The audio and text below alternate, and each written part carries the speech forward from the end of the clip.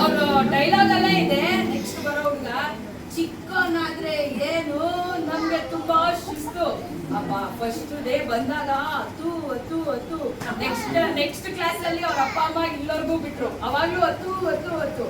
ಒಂದಿನ ಇದಂತೂ ಸಖತ್ತಾಗಿರೋ ಇನ್ಸಿಡೆಂಟು. ಅಲ್ಲಿ ಮ್ಯಾಮು ಡ್ರಾಯಿಂಗ್ ಮಾಡಿಸ್ತಾ ಇದ್ರು, ಮೌಲ್ಯ ಮ್ಯಾಮು. ಇವನು ಮಾಡ್ತಾ ಇದ್ದ, ಕಶ್ಯಪ್ ಸರ್ ಹೆಲ್ಪ್ ಮಾಡ್ತಾ ಇದ್ರು. ಆಮೇಲೆ ಸ್ವಲ್ಪ ಹೊತ್ತಾದ್ಮೇಲೆ ಸರ್ ಏನೋ ನನ್ನ ತಲೆ ನೋವ್ತಾ ಇದೆ ಸರ್, ಯಾಕೋ ಅವಾಗಿಂದ ಬಗ್ಗಿ ಮಾಡ್ತಾ ಇದ್ದೀನಿ, ಆಯ್ತು ಬಗ್ಗಿ ಮಾಡ್ಬೇಡು ಅಂತ ಹೇಳಿ. ಬಟ್ ಸಖತ್ತಾಗಿ ಎಷ್ಟು ಇವತ್ತೇನಾದ್ರೂ ಅವ್ನು ಹೆದರ್ಕೊಂಡಿದೆ ಮಾಡ್ದ. ಅಂದ್ರೆ ಮುಂಚೆ ಫಸ್ಟ್ ಡೇ ನೋಡ್ಬೇಕು ಎಷ್ಟು ಹತ್ತಿದಾನೆ ಅಂದ್ರೆ ನೆಕ್ಸ್ಟ್ ಕ್ಲಾಸ್ ಬರ್ತಾನೋ ಇಲ್ವೋ ಅಂತ.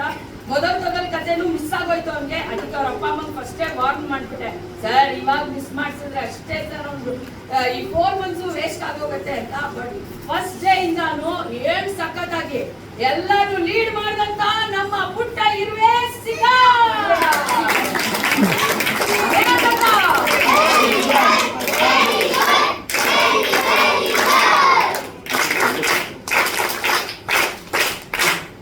ನಮ್ಮಲ್ಲೂ ಸ್ವಲ್ಪ ಜನ ಸೈಲೆಂಟ್ ಆಗಿದ್ದಾರೆ.